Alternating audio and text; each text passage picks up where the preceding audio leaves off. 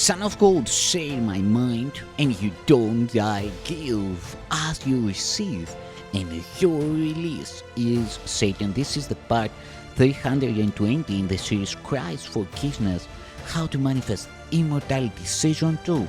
And the name of this teaching is The Alternate to Dreams of Fear. What is a sense of sickness but a sense of limitation? Of a splitting off and separating from, a gap that is perceived between you and your brother and what is now seen as health. And so the good is seen to be outside, the evil in, and thus is sickness separated off the self from good and keeping evil in. God is the alternate to dreams of fear. Who says in them can never say in him, but who withdraws his mind from saying them is saying him. There is no other choice. Except you say it, nothing can exist.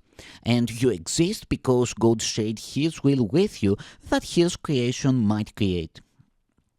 It is the saying of the evil dreams of hate and malice, bitterness and death, of sin and suffering and pain and loss that makes them real. Unsaid, they are perceived as meaningless. The fear is gone from them because you did not give them your support. You did not give them your support. Where fear has gone, their love must come because there are but these alternatives. Where one appears, the other disappears, and which you say becomes the only one you have. You have the one that you accept because it is the only one you wish to have. You say no evil dreams if you forgive the dreamer and perceive that he is not the dream he made. And so he cannot be a part of yours from which you both are free. Forgiveness separates the dreamer from the evil dream and thus releases him. Remember, if you say an evil dream, you will believe you are the dream you say, and fearing it, you will not want to know your own identity because you think that it is fearful. And you will deny yourself and walk upon an alien ground which your creator did not make, and where you seem to be as something you are not.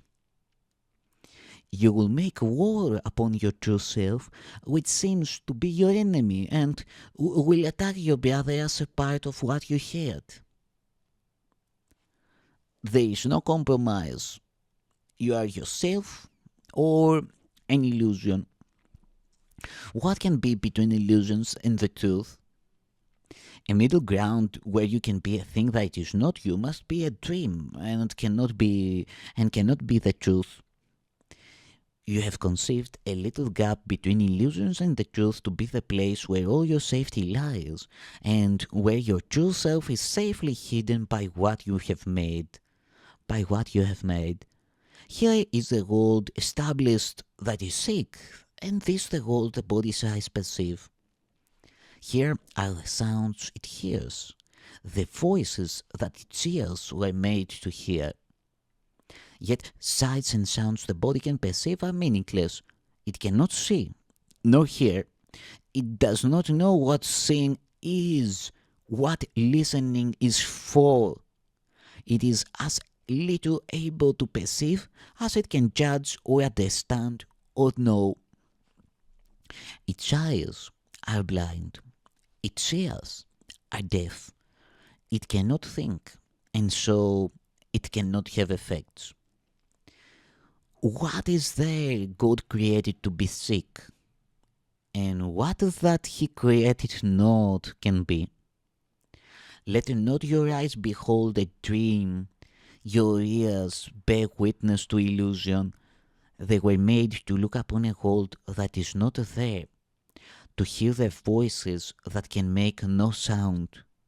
Yet are there other sounds and other sights that can be seen and heard and understood? For eyes and ears are senses without sense, and what they see and hear they but report.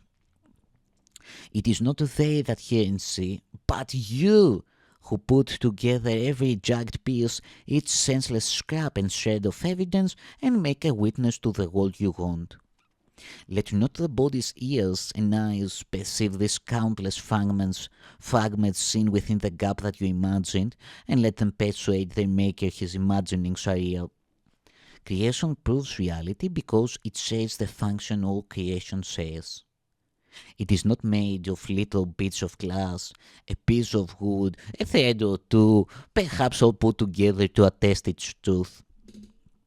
Reality does not depend on this. There is no gap that separates the the truth from dreams and from illusions.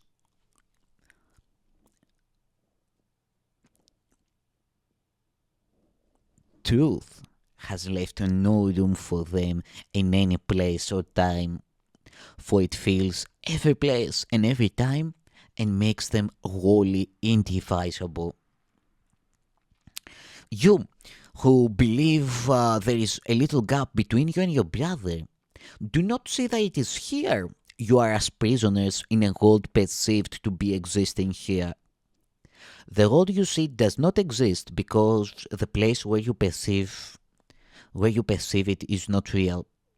The gap is carefully concealed in fog, and misty pictures rise to cover it with vague uncertain forms and changing shapes, forever unsubstantial and unsure. Yet, in the gap is nothing, and there are no awesome secrets and no darkened tombs where terror rises from the bones of death.